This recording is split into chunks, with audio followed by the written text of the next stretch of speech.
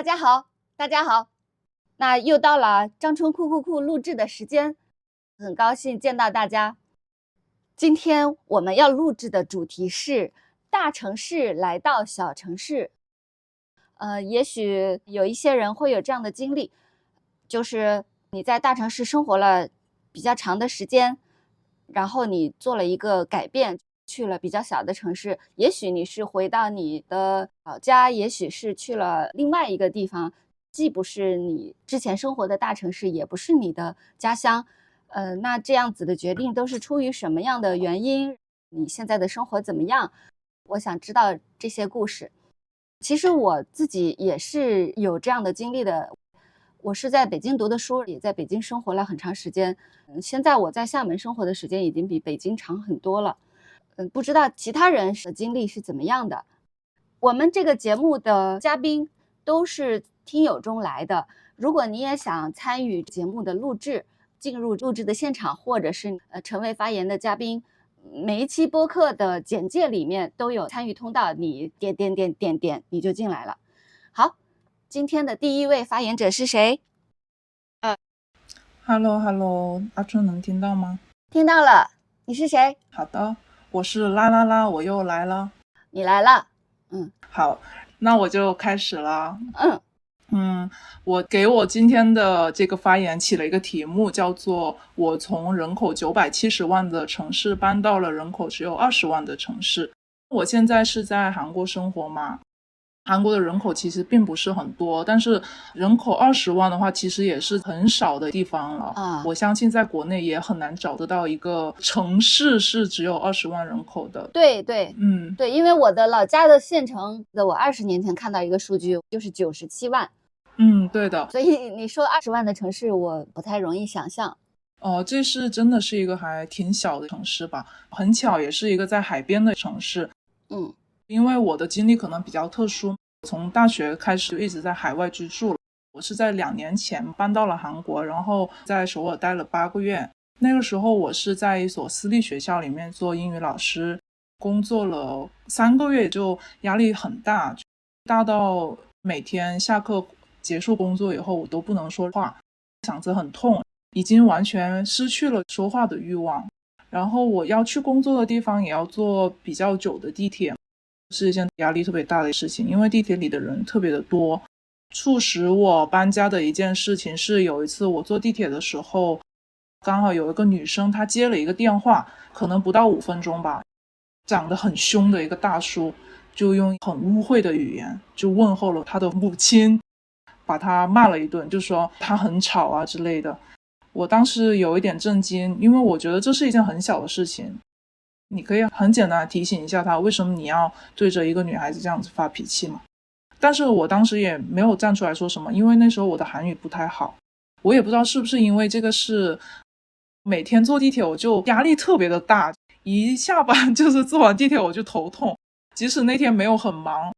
后来我就意识到我可能不适合在这个城市生活，然后我就把韩国的地图研究了个遍，因为它本身国家很小嘛，我就看到了韩国的最东边有一个城市叫做江陵。我不知道群里的姐妹有没有听过这个地方，以前韩剧那个鬼怪拍摄的地方。对，孔刘。所以那个地方拍了鬼怪，它还只有20万人。对，来旅游的人很多，但是它是一个小城市。来这边旅游的中国人还挺多的。就是某书上看到有很多推文，其实不是因为这个我搬过来，其实是因为韩国有一本地理书说它这里冬暖夏凉，然后我就来了。因为我是一个又怕冷又怕热的人。你这个很世界公民你在地图上看说哪里的气候好我就去哪里。哇哦。对。我也没有来过这个地方，搬来之前我没有来过这里，我就看它这里冬暖夏凉，然后还有大海，那就这里吧，我就来了。其实整个过程特别的艰辛，因为我的韩语不是很好。韩国搬家比较特殊，你搬进去住的话是没有任何的家具的，所有的家具你都需要自己买，包括冰箱这种。他们那里是比较没有那种拎包入住的房子。没有。所以你搬家的时候也必须要把那些东西带走。哦。就不得不叫搬家公司。还要跟搬家公司去周旋砍价，包括还有那些行李你还得盯着让他帮你好好的打包，就不能磕坏啊，那些整个过程觉得很困难。我搬过来这件事情吧，整个过程就没有人支持我，我可以这样说。从我高中的时候吧，我就一直特别想出国，就是离家越远越好。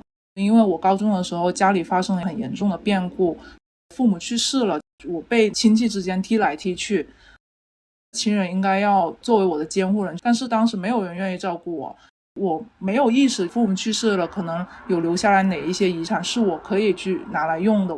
开学的学费我只能去问身边的大人要，但是记得特别清楚，身边的亲人就跟我说，别人不上学的小孩不是一样早早就出去打工赚钱，一样也活得好好的。那么多成了孤儿的人不是也活得很好吗？你看那些汶川大地震的小孩子，他们难道不比你辛苦吗？因为我那时候年纪很小，我就会觉得他们说的有道理，大家都这么苦，为什么我只觉得我那么辛苦呢？我那个时候已经很不喜欢我的亲戚，几乎我所有的亲戚都是这样对我的，所以那时候特别的辛苦，拿了那笔学费。天哪，他们好啊！对，拿了那笔学费我就写下来，我一定要还给他们，一直在想我一定要还给他们，就是我不想再跟他们有一丝一毫关系和联系。后来得了抑郁症，其实我抑郁的时候自己是不知道的，但是我感觉到我可能心里不对劲，我就自己去三甲医院挂了一个精神科，看了医生，诊断出了我是非常严重的焦虑症跟抑郁症。当时医生也是给我开了药，让我休息，跟我的家人在一起过来。但是我当时就在想，我能够跟谁说这件事情呢？我身边没有一个可以说的人，他们都觉得我可能是因为亲人去世受到了打击，一直在想我只有学习要高考我才可以离开这个地方。我休息了1个星期以后，然后又回到学校去了。当时也是发生了一个小插曲，我父母去世的这件事情我们学校的班主任是知道的，但是他在瞒着我的情况下告诉了我的室友们。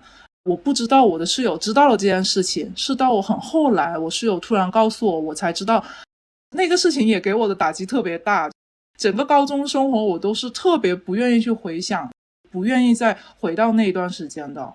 终于上了大学以后，我就开始打兼职啊，工作，挣自己的学费，存钱，特别的想离家很远，有可以自己独立生活的能力。有一次我回家亲戚聚会的时候，我有一个表妹，她就跟我说，她说姐姐你知道吗，其实其他的姑姑他们都会问我看不看得到你的朋友圈，有没有更新。她说她是不是又在哪里跟那些男人睡觉，可能都已经不是处女了吧。我也很震惊，从我的表妹同辈听到长辈这样说我，当时就觉得特别的寒心，所以后来过年的时候我都特别的不愿意回家。我当时不理解那种心境，但是后来我有听到你说女人是没有家的嘛，可能你结婚了以后在这个家庭过得不好，但是可能你回到自己的家庭会更惨。我觉得说的就是我。后来我没有办法，我就跟我的奶奶讲了这件事情，因为我觉得她是家里最年长的人，她可以为我做主。但是我奶奶就跟我说，她说你有你的道理，但是我怎么知道你是不是在说谎。然后我一下子心就凉了，就觉得我不可以再信任任何的人，我只能靠自己了，我改变不了他们的想法了，我再去纠结只会给我自己带来更多的压力。我的抑郁症还重复发作过1次，到后来现在也是慢慢的自己走出来了，整个现在也是比较平静的一个状态，有时候甚至可以觉得挺可笑的一件事情吧。当我自己说出来的时候，我都不敢相信这种事情会发生在我身上。我终于出国了，自己住了以后，终于体会到了自己一个人可以选在哪里生活的权利是很重要的，以及刚开始虽然真的很难，但是我觉得永远都要把自己放在第一位。我经常听阿春的播客说，对自己负责已经是一件很不容易的事情嘛，我现在真的是特别赞同这句话。然后现在我想来说一点比较开心的事情，就是我搬家以后有什么变化。之前是在私立学校做老师，但是我搬家来这个城市，因为人口只有20万，这里基本是没有私立学校，也没有什么工作的机会。一开始找了一家荞麦面店打工兼职，那时候我的韩语也不是特别的好，工作时间比较短，工资也比较低，我就去试了一下。没想到面试的时候，荞麦面店的老板娘明天来上班吧，她就直接这样跟我说了，我就特别的开心，然后我就去那里工作了大概7个月吧，因为他们是一家人开那个店嘛。后来我跟老板娘还有他的弟弟他的家人成为了家人一样的存在，包括我过生日啊，他们都会给我买蛋糕庆祝我的生日。后来换了一份工作以后，我就去问那个姐姐，当时为什么我是一个外国人，而且我的韩语没有那么好，你选择了我。他说当时看我来面试的时候的样子，就是看到了不属于你这个年纪的成熟，他就觉得不管怎么样我来了这里就一定要接纳我。听到那句话我就流泪了，果然感觉只有怎么说呢，女性很容易理解你。那也不是。真的吗？你的姑姑你的奶奶还是你的亲人呢。啊，那也是的。对，这个跟女没有关系啊，对，就是这个姐姐好。对，就是他人特别的好，然后他的家人也特别的好，我就特别的感谢他们接纳了我。然后那段时间也是一边打工又有机会去学了更好的韩语。然后我现在就在一个离海边真的只有20步距离的咖啡店工作，然后我每天上班看着外面蔚蓝蔚蓝的大海，然后特别的开心，也遇到了很多很多很好的客人。有很多客人过来，他都会跟我说，就说你什么时候上班呀？你是哪天休息啊？我每个星期一都来，你每个星期一一定要过来啊！听到这些话，我就觉得，特别的暖，觉得很感动，感谢他们能够记得我，他们期待见到你。对，他们很期待见到我，我就会觉得好像我在这里的意义多了一点点。还有一对80多岁的夫妇老奶奶，他们也是几乎每天都来，然后那个奶奶还给过我2次零花钱，她说特别希望自己有一个像我一样的孙女，说看到我的时候就觉得我特别的可爱，每天都想来看着我然后喝咖啡。其实不是小费，因为这里没有给小费的文化嘛。老人家就是想给我零花钱，他说拿去买好吃的吧。就觉得特别特别的感动。虽然这个城市没有大城市的那么多便利的地方，但是因为没有地铁，所以我学会了开车。对，买了自己的车，虽然是2手的，包括也没有塞车的困扰。最后呢，结尾的时候我想给大家分享一首歌的一小段歌词。我不知道大家有没有看过那个日剧，叫做《爱吃饭的女人和爱做饭的女人》。它是讲一对同性恋人的日剧嘛，主题曲叫做 Chosen Family。 我想给你们念一小段可以吗？我以为你打算唱一下。没有，我唱就算了。我感觉我有点五音不全。那我就给大家念一段吧。We don't need to be related to be related. We don't need to share genes or a surname. You are my chosen family. So what if we don't look at the same? We've been going through the same thing. Yeah, you are my chosen family. 他的意思大概就是我们不需要因为有任何的关系才能够在一起，我们也不需要共享同样的基因和姓氏。你就是我选择的家人。那么如果我们看起来不一样呢？但是没关系，我们经历了同样的事情，你就是我选择的家人。然后我希望大家也能够遇到自己能够选择的家人，能够拥有自己选择在哪里生活的权利跟勇气。好，我的发言就到此结束了。太好了。好的，我时间控制的还不错，差不多20分钟了。谢谢你。我都听得着迷了。好的，谢谢你。我听得着迷，我都没有注意到时间。谢谢你，啦，你的分享特别好。好的，谢谢阿春。你可以去评论区看看，有很多的人给你回应，说祝福，自己选择家人多浪漫的事，不愧是英语老师，收获了很多善意，所以家人的爱不要也罢。你刚才说的那个给你零花钱的奶奶，我想到了《黑暗荣耀》里面的房东奶奶。好，自己去选家人吧。如果天生的家人不行，抑扬抗坠说通关了一个很难的副本。说的好呀。你辛苦了，谢谢你。不知道说啥好，觉得这种经历这么平静的说出来，我都觉得如果我太不安或者是太为你难过，我觉得这有一点无视你的坚强，就是看到你的不幸，但我不应该太难过，因为我要相信你，就像你的样子一样平静，然后去克服了你生活中的困难，去选择了你想要的生活。所以那我也跟你一样微笑着说好，那我们加油。浅浅说啦啦啦在讲述的时候一直笑着的，浑身散发着一种美。高等说姐妹你会走花路的。好，那谢谢啦啦啦的故事先到这里。哎，对了，你刚才说韩国到处都要搬家具，我现在看到一种新趋势啊，就是要连着自己的家具一起搬的这种地方，或者是这种愿望，大家在流行用露营家具。便携、折叠，然后轻盈，也有各种功能，给大家参考。其实我也没有试过。好，下一位是谁？大家好，我是荒野的荒。好的。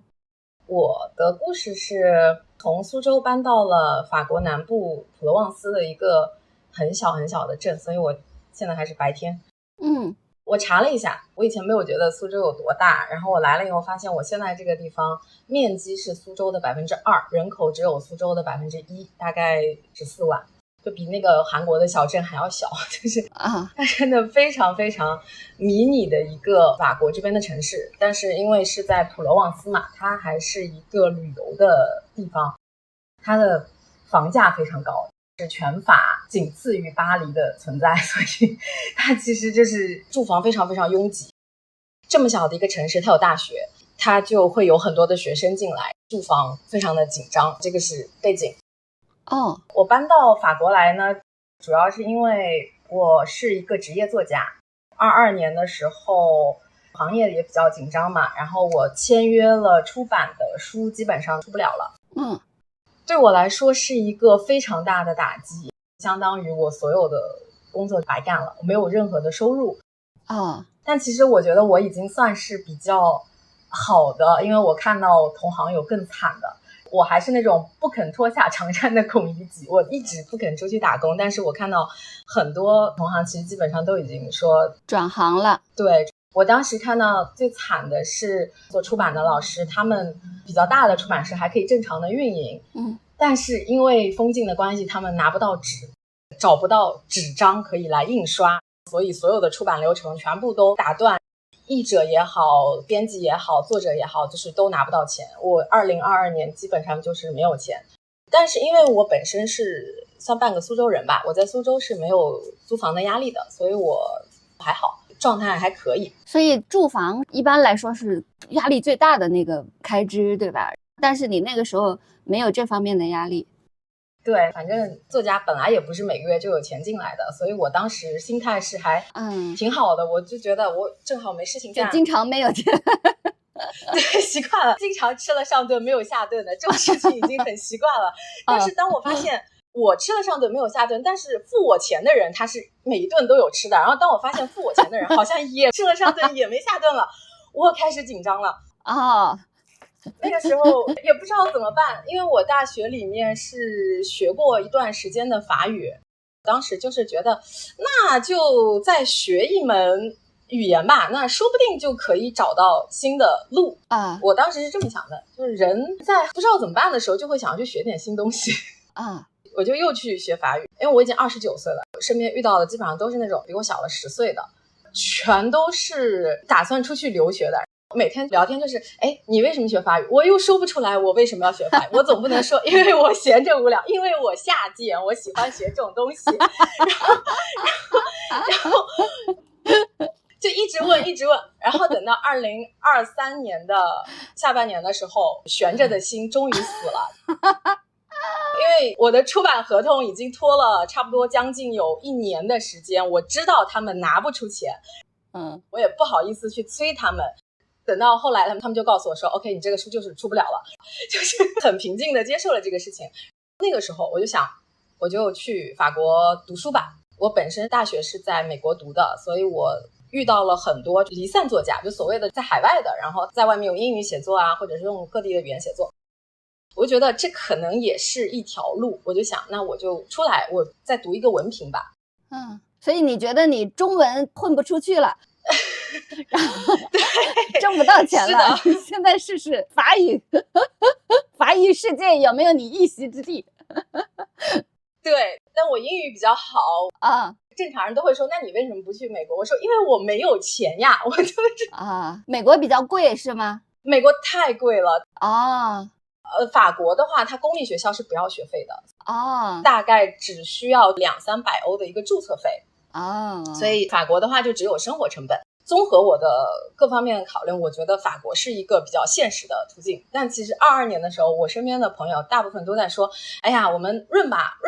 我是最犹豫的那个人，因为我觉得我的工作是很扎根于中国的，离开了中文我是没有活路的，文科在外面是找不到工作的。我觉得我是最不可能润的人，但结果最后只有我一个人走了也是非常的尴尬，不知道为什么会出现这种情况。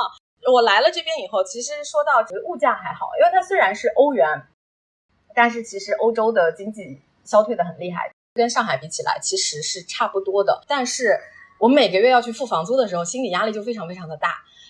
但是在国内的时候，可能就是这个月来了一笔巨款，我就去花2000块钱看一个繁花的一个什么剧，如果说这个月一点钱都没有，我就在家苟着。这种灵活的生活状态是没有什么压力的。但是在法国这里的话，就是不灵活了，经济压力还是很大，还是需要跟家里面开口。比较幸运的是，我刚才听了前面2个姐妹的讲话，我感觉最幸运的还是我的家里人对我非常支持。我是单亲的，我妈妈是无条件的支持我要做的事情，然后对于我要出国，然后在国外读语言，然后甚至用外语写作这件事情，我没有遇到一个人对我说不可能。好像所有的人都已经知道这是一件很难的事情了，然后大家就懒得说了对，就是你自己心里没点数嘛就是这种不容智慧了。对，大家都已经知道这是一个很难的事情，所以所有的人大家都是那我祝福你吧，就是尊重祝福对，我行业里面遇到的前辈还是比较鼓励的就是我出国的时候会跟我说，哎呀，你才30岁的人生才刚刚开始，尤其是作家需要一点生命的经历啊，就是讲得很好听。我觉得他们还是挺真诚的，但是毕竟我付房租的时候也不会问他们要钱，所以我觉得这种还是挺美好的一种祝福。然后我就很盲目自信的上路了来了这里以后发现法语真的特别特别特别难。我其实没有完全放弃写中文，我还是在用中文的东西去写作。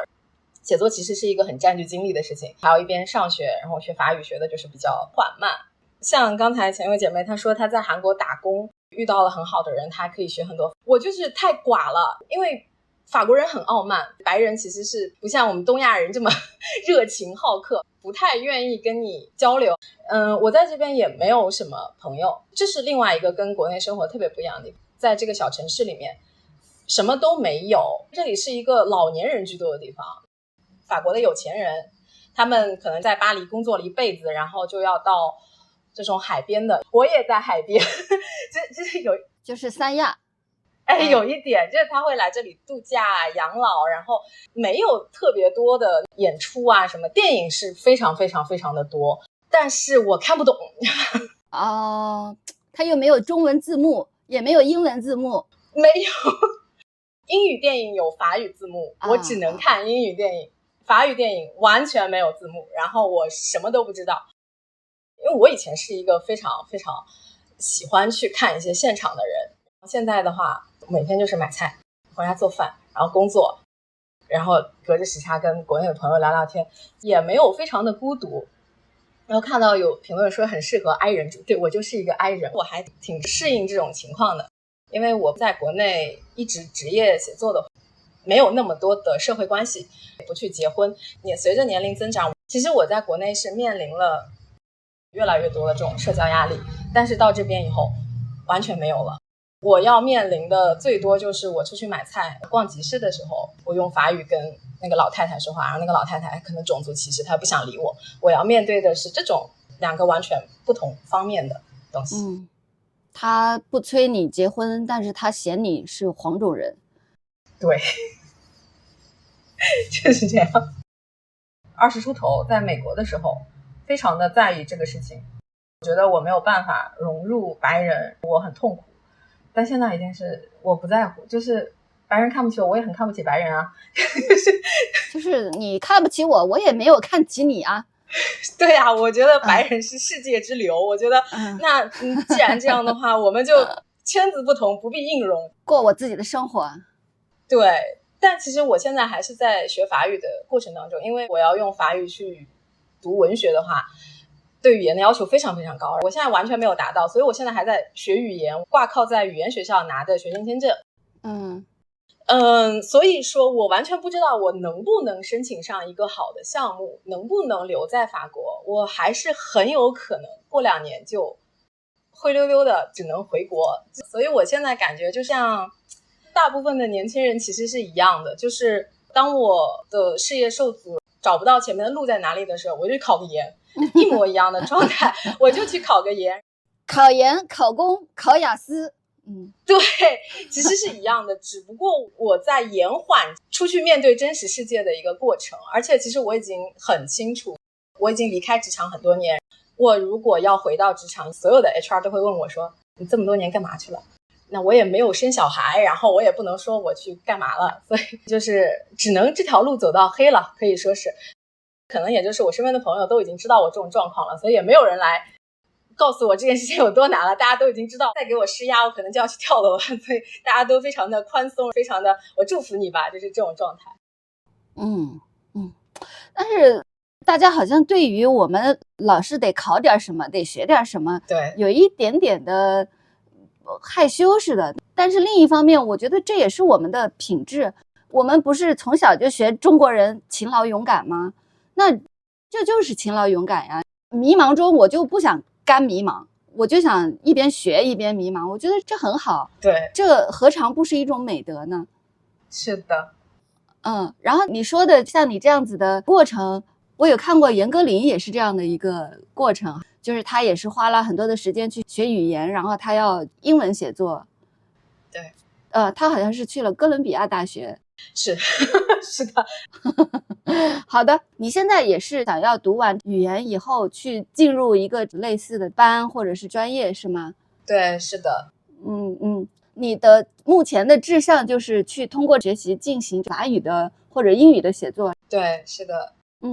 这种的话它可能就是另外一条赛道吧，因为我也没有看到很多成功的案例。其实现在市面上大家所知道的华裔的英文作家，他们基本上都只是华裔，不是第一代移民，就是他不是中国人，他早就是外籍了。对，是的。而且他们的作品在国内也没有影响，是的，他就只出英文或者是其他语言的书。是的，对，所以我前面没有太多成功的例子。但是也有。那么零星的，黎云是一个。对，还有是我看到了现在的一个趋势吧。前年诺贝尔也是颁给了一个移民的作家，就是白人终于开始反思自己的优越了，倾向于去看到一些离散的作者，然后看到一些以前很小众的文化背景的作家发出自己的声音。然后离散作家这个概念这几年在国外还是有一点点声量，也是这个东西给了我一点点底气，要不然的话确实不太敢。但是我有一个好奇哈，就是你现在想要去做一个非母语的作家，对，是因为你在你的中文写作上很多的题材就失去了出版的机会。对，那难道你重新写一个适合出版的题材会比用非母语写作要更难吗？不会，其实我现在有在调整。我现在还是只能够用中文进行创作，所以双管齐下，对吗？对，就是这是一个转移的过程。OK， 我现在还是在中文圈会去调整我的题材，但是我觉得状态不一样。我觉得很自由很舒服的时候，我可以原谅很多事情，但是在国内的时候就是会把自己气的晚上睡不着，就觉得啊我太委屈了，这活我真的不想干了，我整个人的状态非常的逼仄。但是在这里的话，我出去晒晒太阳就会觉得哎呀，要不算了，钱嘛，谁跟钱过不去呢？我有一个画面，觉得你好像就是一个地球的旅客。我在这里感觉不太好，然后我就换个地方，一部分的感觉就会变好一些。但是我也不知道接下来我是不是在这儿，我也许还要换一个地方。你给我一种在旅行，这就是你旅行的一段的这种感觉。差不多是这样，我在国内其实也是这种状态。22年的时候在苏州，因为离上海特别近，然后也一起整个城市停摆了3-4个月，我觉得受不了了，我就跑到成都去了。结果我前脚刚到成都，成都后脚疫情爆发疯了，然后我也疯了，就是那种感觉，就是有一种我没有那种旅行的从容了，我是在不停的疲于奔命的那种感觉。出来吧，但是现在也是前途未卜，我并不觉得出来了以后在国外一切就都会好，可能前面还有很多很多很困难的难关在等着我，现在只是还没有遇到而已。只能说我做好心理准备了，不行就回家吧。看起来你对这个困难有很多的心理准备啊，就是你想得很充分啊，就是我知道接下来会很难。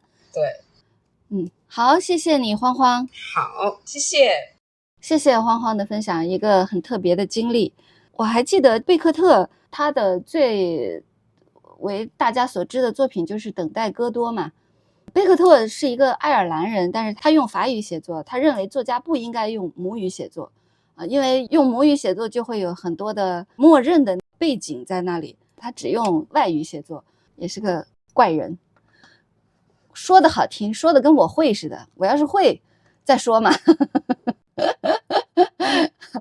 好，下一位是谁？嗨，阿春，我叫 Eno， 然后可以叫我图图，因为那个英文名比较难叫，或者小红就都可以。你给了我3个名字，那我选点兵点将，选第2个吧，图图。好，可以叫我图图。我是福建人，从我的普通话就能听得出来。就没有什么翘舌什么的，就不太标准。我是在厦门住了17年，中间18年的时候，我就有去杭州短暂的工作了1年，之后呢，我就又回厦门了。但是那1年之后，我就再也没工作了，就因为18年的时候，我刚好是30岁。从厦门到杭州的时候，是因为我觉得厦门的工资太低了，然后我想换一个工资高一点的，我就选了杭州。杭州的工资果然高很多。我本来在厦门的工资是12000，然后我去了杭州就18000。又回来的时候就找不到适合我的工作了。因为我是 UI 设计嘛，30岁，然后我又没有结婚，他们就很害怕招进去，要生小孩，怕你要婚假产假。对，我就想说那也不能比我离开之前更低，然后就一直找不到，就开始接设计的外单嘛，但是不能一直接到，然后我就也接了平面设计和 logo。对，我还忘记说了，今年的时候我是从厦门搬到了南京边上句容的一个叫宝华镇的小镇。差点忘记这个主题。所以你是在厦门长大，然后去杭州工作了1年，然后搬去了宝华镇。去杭州工作1年，然后又回厦门，从18年一直住到去年。因为我的所有家人都住在厦门，去年的时候我才决定要从厦门离开，去没有任何人认识我的地方。我就随便找了一个地方。等一下，你是怎么随便找的？你就是在地图上丢个骰子说好就这儿插一根？对，是这么找的。我有2个大方向，一个想去大理、丽江，还有一个就是江浙沪。那时候我的家人他们都很害怕我如果去大理、昆明，他们很害怕那边，因为老师说有贩毒啊，还是在比较边境的地方，他们就不同意。然后我就拿起找房 APP， 在里面选，我发现这个地方的房价特别便宜，便宜到什么程度呢？我现在租的房子是1梯1户，128平，4房，他的月租包括物业费是1000，就是全部都包括在里面，巨好看，我都很想到时候发给你。好，你也可以发。哇，4房的房子，然后1梯1户，1年的房租连物业费12000。对，我真的很便宜，是精装的，然后房东还装了一个2-3万的燃气热水器。哇，它的设备就很高级，但是它又很便宜。是啊，就是我的家人都问我说，为什么你会搬去镇江一个那么小的镇？其实我真的不知道这个镇，我是锁定好了，它离南京很近。那时候刚好是去年12月，我就坐上飞机来南京旅游，看银杏和枫叶。看完之后，我就从那里坐地铁到了这个小镇上，约了看房的中介，就2个中介都很好。看完房子之后，然后他还带我逛附近的菜市场，甚至那个中介还带我去这个附近有个地方可以山里面露营啊什么什么的，就玩的地方都给你一一介绍啊。真的，他就带了我一整天。然后另外一个中介也是这样，带我一整天，还带我去商场。他们工作是非常不饱和，不饱和，还是他们非常的敬业，是不是？对，第二个他甚至是出动2个人，2个女生一起来，就是12000的1年的一个房子，2个中介带你玩一整天。对，然后我就觉得好顺利。这个是在线上签的，中介帮我签完之后，我就把我厦门的东西打包了寄过来。我在过年前就来这里拆包裹，好像有30个包裹吧，拆了3天，把这些包裹就全部归位，大概花了半个月吧，把这些东西都整理好。反对的人就只有我妈。怎么说呢？我妈是那种，她很希望一家人最重要的就是要整整齐齐在一起。是真的。她很不愿意我们任何一个人离开。怎么说呢？在你生命里，如果你要做一件事情，首先他就要站出来阻止你，反对你，然后如果是反对无效，他就会各种闹，反正就是反对。他就是要反对，他就是你生命的结界。对，不能乱说乱动。对，他要反对我很害怕。好，不管他，我都已经30岁，我感觉就好很多。那时候我决定要离开厦门，是因为我们老家是漳州，然后我们家里的亲戚，比如说我2姨、3姨、小姨、外婆，每年来厦门看病看医生，然后还要玩嘛，因为我后面就自由职业了嘛。他们每次来的时候，我必须要带他们去各种看医生嘛。我感觉知道了，你就是那种漳州驻厦门办事处。对，大概1个月会有1-2次接待他们去医院，就是出钱出力吧，因为感觉我也会赚钱的，好像应该付点医药费。一开始的时候还不知道，10几年前我甚至还用我的医保卡给他们刷过。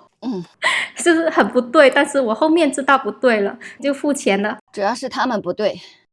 因为他们也不懂。后面呢，我就觉得说怎么这么频繁？就是每当你要做一件事情的时候，总是突如其来会被打断。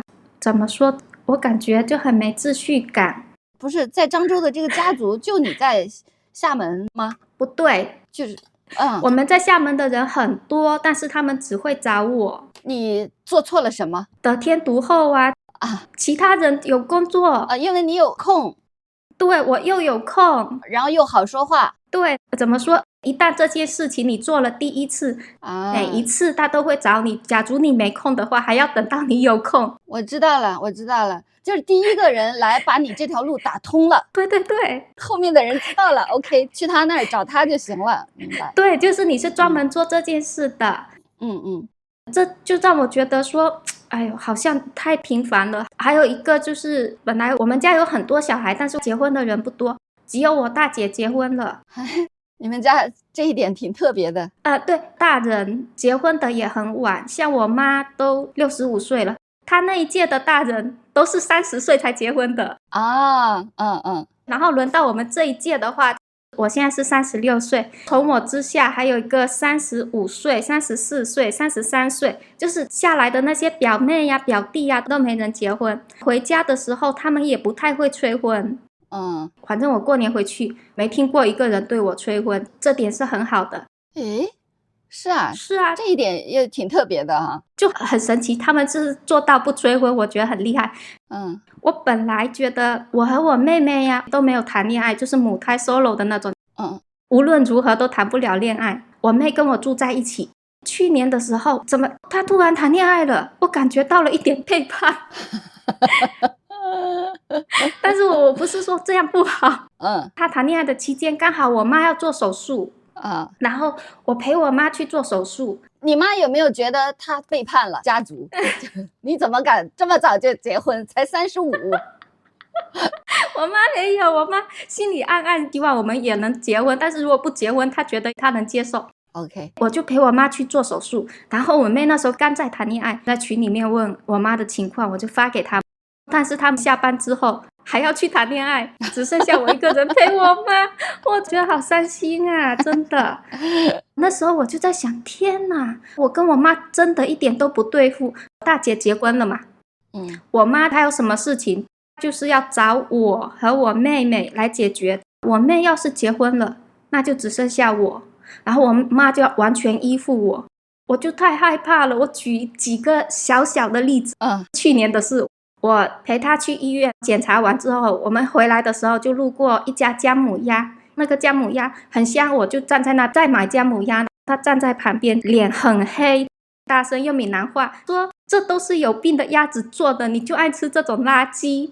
但是你知道厦门卖东西的人都会听闽南话我和姜母鸭小哥都绊住了。还有一个也是回来的路上，刚好有一个炸油条，我就很久没吃炸油条，我很想去吃，跟他说哇有炸油条我要去买一条。我妈当场咬牙切齿咒骂我说你是饿得有多惨，就用闽南话，就是类似饿死鬼馋鬼，但是她骂得很难听。然后我就绊住了。然后还有一个就是同个病房有个泉州阿姨，她儿子来照顾她，然后我就和那个泉州阿姨的儿子聊天，然后那个男生刚说他是大学老师，我妈就刚做完手术，身体很虚弱，但是他用他全部的力气说，用全部的力气发出暴怒的声音说，别和他说话，他是一个骗子，这么爱吹牛。那人是泉州小哥，你知道吗？泉州小哥他是会听闽南话的。我整个人绊住了。接下来的5、6天我都不太敢跟他说话，因为我很害怕我妈又说出什么话，我真的好怕。你妈好像那种暴躁 NPC， 就是你一靠近她，在她面前做任何动作经常会触发她的暴怒状态。对对对，真的，她控制不住自己，时常处于暴怒就控制不了我懂了，你换了一个地图，就不要触发这个 NPC 离开这片地图。对，我很害怕她，然后我就很想离开。我小时候的愿望是21岁或者22岁大学毕业马上结婚离开这个家，但也不知道为什么后面这件事就不了了之，连恋爱都没谈不了了之。这个愿望很强烈，但是为什么那么强烈就没有执行，我不明白。是我觉得可能是因为你发现你想结婚是为了离开这里，但是你没结婚也离开这里了，所以你就忘了要结婚，就是没那么需要结婚了。我猜是这样子。对，是因为一开始的话，我妈还给我们布置了一个人生的 KPI， 就是你必须在老家盖房子。开始工作的时候呢，我每个月2500，然后我就要盖房子，给他1500存起来盖房子。交了那个医社保就只剩下800。然后我就很爱美，我就可能有600拿去买衣服，也买不了几件，我就买地摊的衣服，30块钱一件，就很多嘛。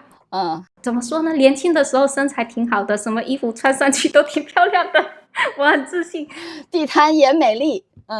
对，然后我就开开心心从石鼓路的路边摊买衣服回家试给他们看。我说漂亮吗？然后我妈就说为什么你又要买这种垃圾？为什么不能买好一点？这种垃圾没穿几天就不要啦，还不是把钱都给你了。对，这我都还没有崩溃。然后他后面还说什么，如果你还剩这么多钱的话，你应该多上交一点，只剩下800，他还说我应该再上交多一点钱，我真的好伤心啊。然后我最伤心是我那时候跟我表妹和我姐一起住，然后他们也觉得我错了，我不应该那样花钱。然后后面我就一直灌输他说，我的钱是我的钱，你的钱我会给你，给你的就是你的，然后我的钱你不应该一直干涉我，应该把这钱花在哪个地方。我感觉现在就好很多。现在好很多是因为你去了宝华镇吗？对，你知道吗？现在我来了半年，我跟我妈语音通话2次，发语音大概是1、2次吧，就平均1个月可能问候1次。就很少，还可以。这个听起来生活好像舒服多了，1个月只说1次话。对啊，就很快乐。1次话也挺难熬的啊。就是你打算跟他分享生活，他就要打压你的生活。就是我想要得到他的奖励表扬吧，我就跟他说，你看我有好好在生活。比如说我就发晚上我炒了什么菜发给他，然后他就说垃圾。对。我已经学会抢答了是吗？对，他就说你不要一直那我也可以当你妈了，我会呀。对，他就跟我说你不要再去买那种牛肉，那种牛肉很不好，那个牛肉是我在市场人家牛刚杀的，不知道为什么他说那个牛不好，还在抖音给我分享如何用血还是什么制作牛肉，发抖音那些奇奇怪怪的知识点，想要塞入我的脑袋，我真的好害怕。他怎么会一直试图想要侵入我的生活？哎，我真的太气了，我把他抖音拉黑了。这就是我为什么要离开厦门。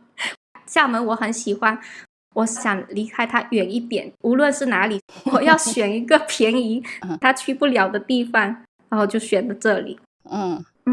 一开始刚来的时候就特别好，因为我离开那里，我就知道我会得到很多自由。我现在有一个小车，然后这边有专门的骑车的车道嘛，人很少，可以一只手骑车，然后我就可以摸到所有的树叶那排树是种得很整齐的，我像大阅兵这样一路摸过去，我就觉得很好，很舒服，好可爱啊。不好的地方是因为我也没工作，也没有跟人沟通，就是现在我跟你说话是我3天第一次说话，就是第一次跟人沟通，然后语速就非常快。好久没有见到这么多人了。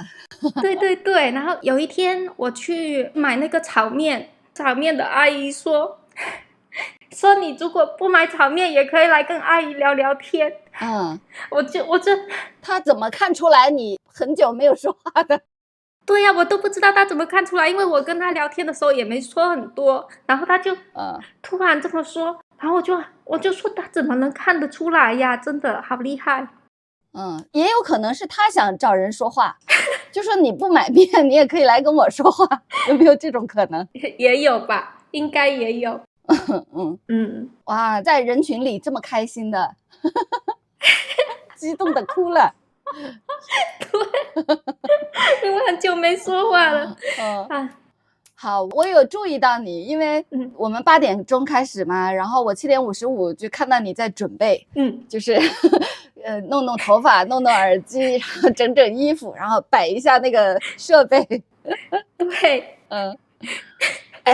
那个刘艳会说你可以去卖炒面。对，我或许应该去摆个路边摊。对，也不错哈。好，我会考虑的。你这个宝华镇我忘了，你刚才说它在哪？它属于浙江吗？它属于江苏。江苏。它在南京很近，骑20分钟自行车就能到南京。怎么说？它是一个属于镇江的小镇，但是要去南京很方便。你也可以去享受南京的城市资源。对。你这不就是跟以前的巴比松画派的那些艺术家一样吗？说在巴黎附近有一个枫丹白露森林，有一些画家就跑到那个地方去创作，他们就是为了既离巴黎不太远，离艺术中心不太远，又可以远离人群，去做一些自己的事情。然后当然我想肯定跟生活成本也有关系。对，你不就是那种艺术家吗？另外我还看到一个消息，浙江有一个政务的 APP， 好像叫浙里办，浙江的浙，里面的里，办公的办，然后在这个里面查政府规划的地摊的位置，就你可以去申请摆摊，它会给你很多支持。据说这个 APP 和浙江的政务服务非常的好，提供给大家参考，也许你们也可以去看看。好，谢谢阿春。当然你是在江苏，但是万一你骑车骑到了浙江呢？也不是没可能。对呀，反正你有空嘛，阿姨也说了，你要没事多出来溜溜。好。金山说好一副强腿，还不是跟你学的，你都在全国找矿哎，上山下海的，笑死。金山刚才还说了，如果你觉得自己开悟了，回家跟你妈待一天，去练练，去看看你是不是真的悟了。我不认为，我没信心啊，你没有开悟？没有，应该不行。对，也不追求这个。好的，谢谢阿春。谢谢你，图图，拜拜。好，下一位，我是巧言。巧言，你好，又见到你了。对，我在开车那一期来过。外面好吵呀，都是烟花的声音。你们那里怎么了？就海边嘛，就来旅游的时候，那些游客总会放烟花。对，我这个外面也是。感觉今天晚上大部分姐妹都是搬去海边的，我也是。对，你就在沙滩上是不是？对。我现在就详细的说一下我在深圳搬来惠州冲浪的故事。对，然后我是大学毕业之后就去深圳工作了，工作了4年之后就被裁员。机缘巧合下接触了冲浪，搬来了惠州海边的一个小镇，现在2年的时间。然后嘞，一开始做这个决定的时候没有很轻松，因为22年1月份的时候我才26岁，被裁员拿到了赔偿金之后，那个时候还是疫情封锁的时候，我就去三亚当义工，就度过了很放松的1个月。那个时候接触了冲浪，接触了滑板，然后回到深圳之后呢，疫情就有很多出入场所呀、核酸的要求，然后再加上我并不喜欢以前的工作的行业，所以我在深圳本身就 gap 了半年，然后每天就无所事事，去滑板场滑板呀，去画室画画，去书店看书这样子。后来我就在滑板场认识了我现在的男朋友，他那个时候已经在漳州冲浪冲了2-3年，所以我就开始正式跟着他学冲浪这项运动。你的冲浪教练，你的男朋友是？对，所以我没在冲浪上请过教练，花过钱。他在漳州冲了2-3年之后，他觉得他想要改变一下，他就来了深圳工作，之后我们才认识的。他在深圳工作了一段时间之后想 gap， 然后他就先搬来惠州。那个时候我觉得深圳也很无聊，朋友们都要上班，又没有什么好玩的，我就想在深圳 gap 不如在海边 gap。 但是那个时候我也很纠结，因为一方面害怕自己是受我男朋友影响，因为我才刚学冲浪没多久，他已经是一个老 OG。我就害怕自己是受到他的影响，没有独立做出一个决定。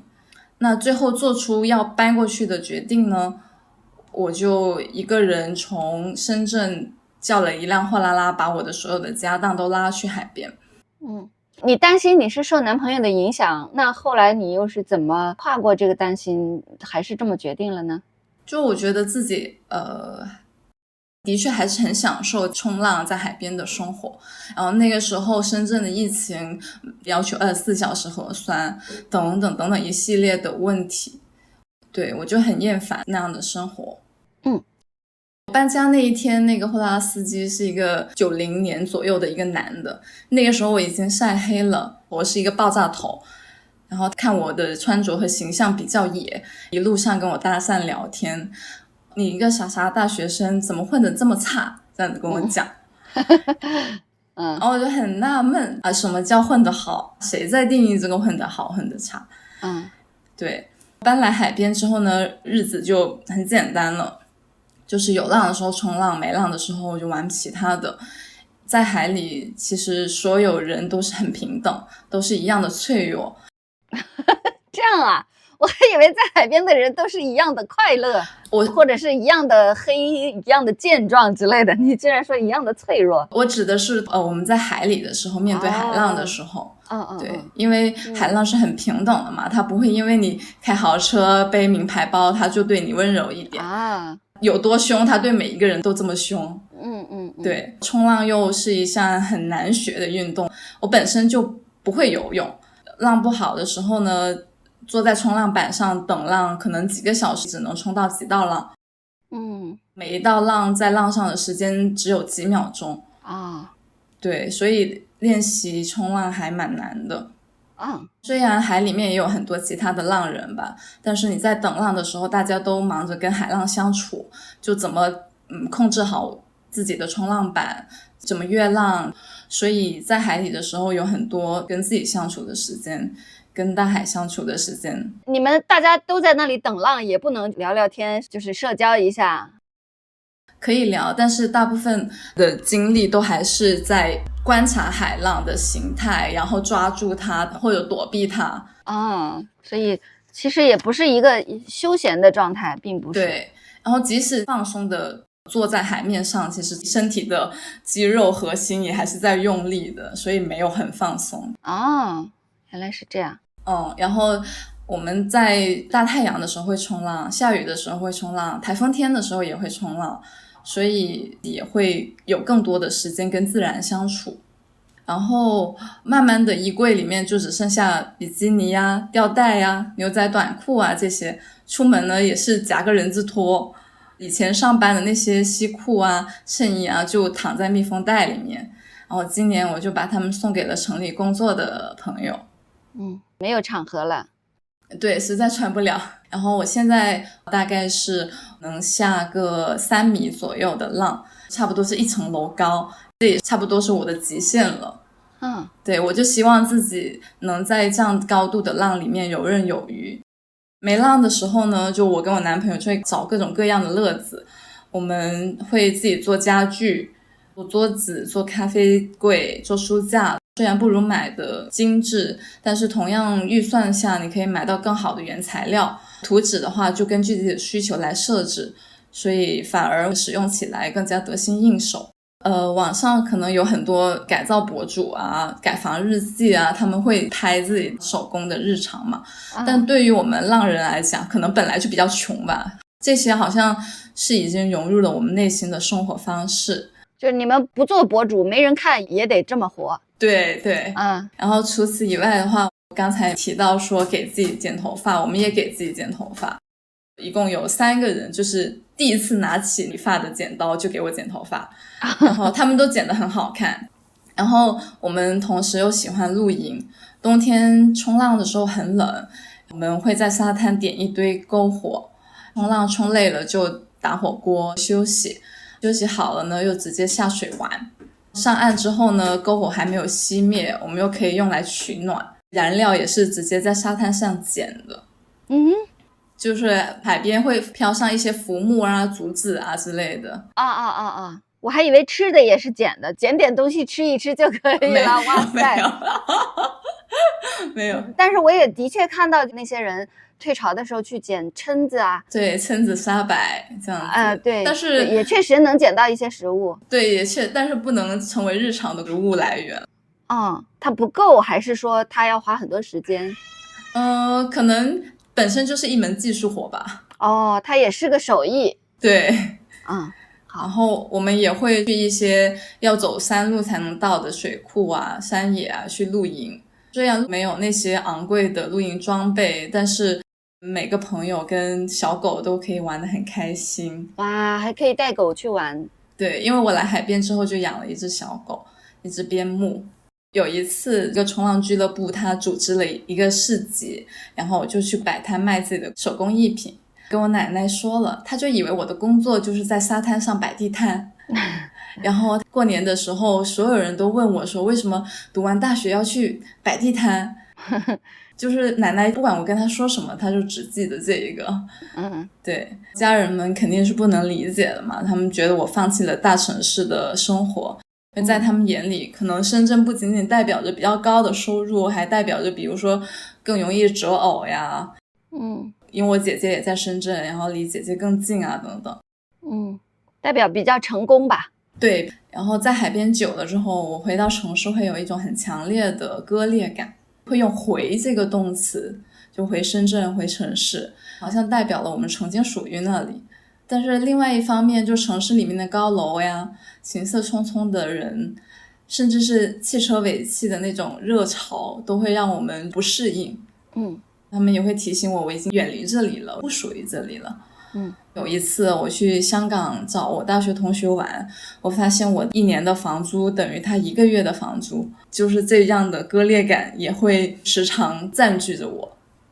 那当然在海边也不全是美好的，首先就是收入嘛，海边的商业生态呢就比较简单粗暴，要么就是一些名声不好的海鲜大排档呀，就老是传出坑游客，吃一顿饭大几千小1万的那种，要么呢就是一些摩托艇啊、香蕉飞船这些海边游玩的生意，我们都没办法去做这样的工作。然后去年由于就实在不想回城里工作，然后头脑一热就拿着我的赔偿金开了一个咖啡店。我是不是发出了一声冷笑？你的预感很准确。然后经营了1个旺季呢，就发现没有想象中美好，然后收入也不够 cover 我的支出。我的性格其实还算比较外向开朗，但是面对每一个来到店里的客人，他们都要问一遍为什么要来海边，为什么要选择这个地方，原来在城里是做什么工作的，就他们都会问同样的一个问题。1年下来我发现我并没有很享受这一种浅社交，所以今年就几乎是放弃了咖啡店。只保留了，不好意思我的小猫，咖啡机，就只保留了一部分民宿的业务。我男朋友呢，他就是冲浪教练，他也会自己做手工冲浪板，然后慢慢的我自己有拓展一些线上的工作，增加收入的同时呢，也想跟就浪人以外的人产生连接，就比如说现在。为什么？这些人有什么可连接的？我不想那么局限，因为我们在同样一个地方见到的人可能都是浪人，就住旁边隔壁栋，就每天都能见到，甚至下楼串门遛小狗都能见到，一天见好多回那种。大家聊的也是关于冲浪呀，关于圈里面的人啊等等。有点局限。对。然后另外呢，小地方也有小地方的烦恼，相比起大城市，小地方它不讲道理不讲规矩的人更多。做事情也没有像大城市那么讲规则讲流程。所以你那里有比如说房东毁约随意涨租这样的事情吗？我遇到的房东还好，因为他是10年前被某房地产公司骗来海边买了海景房之后，他再也没有来过这个地方。我不仅仅是房东啦，就我们开咖啡店的时候有遇到装修工人啊，或者说一些部门的办事规则等等这样子。对，因为我们开那个咖啡店的时候有丢失过东西，拿到监控是一个家庭带着自己的小孩，大概10来岁，把我们店里的一些工艺品给偷走了。我们监控录到了他的车，警察也联系上他，但是最终没有下文，就是追不到我们的工艺品，更谈不上赔偿。这些也是一个局限吧。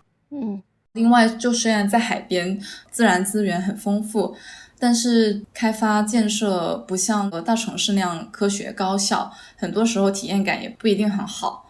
就比如说夏季旺季的时候，珠三角涌过来的游客特别多，然后景区的道路都很堵，有时候1-2公里的路会堵2-3个小时。我们小区里面民宿唱 KTV 的客人啊，或者烟花呀，噪音都很严重，而且经常持续到大半夜。然后沙滩也是常常一大批垃圾。刚来海边那半年，感觉每天都在看很漂亮的日落，现在好像已经很久没有遇到，可能是一方面已经疲倦了，没有用心去观察，然后看久了就腻了，眼里呢就只有那些垃圾，蛮横的商贩。因为我刚来的时候疫情还没解封那个时候大家还不能出省，也不能出国，珠三角的就只能来惠州海边游玩。对。然后现在的话开放了之后，游客可能还少了。对。所以现在在海边待了2年之后，偶尔也会动说想要离开的想法。这种地方的生活呢，它就是有这样的问题。它如果真的是人迹罕至，你在那里很舒适，但是呢，不管是你或者是在那里的其他人，他是希望这个地方它热闹起来，因为大家的生计有一部分是要依赖这种热闹的。或者说正在发展的地域啊，都有这样的问题。它太好了呢，你也得离开；它不好呢，你也觉得有点难以为继。就是这样子。所以今年也会慢慢的把收入往线上挪一挪，做一点工作。因为我以前的工作是跟互联网广告跟市场营销相关的，就会接一些比较激动一点的活。我们身边有很多浪人在海南呀，在福建的，也有去海浪资源更好的东南亚嘛。我好像很早就知道惠州不是我的终点，所以接下来想有更多的探索吧，就是这样子。但是好像已经决定了绝不上班是吧？对，再也回不去了。对。好的，好，谢谢巧言，谢谢琛琛。拜拜。拜拜。好，我们今天就先到这里。那谢谢大家的陪伴，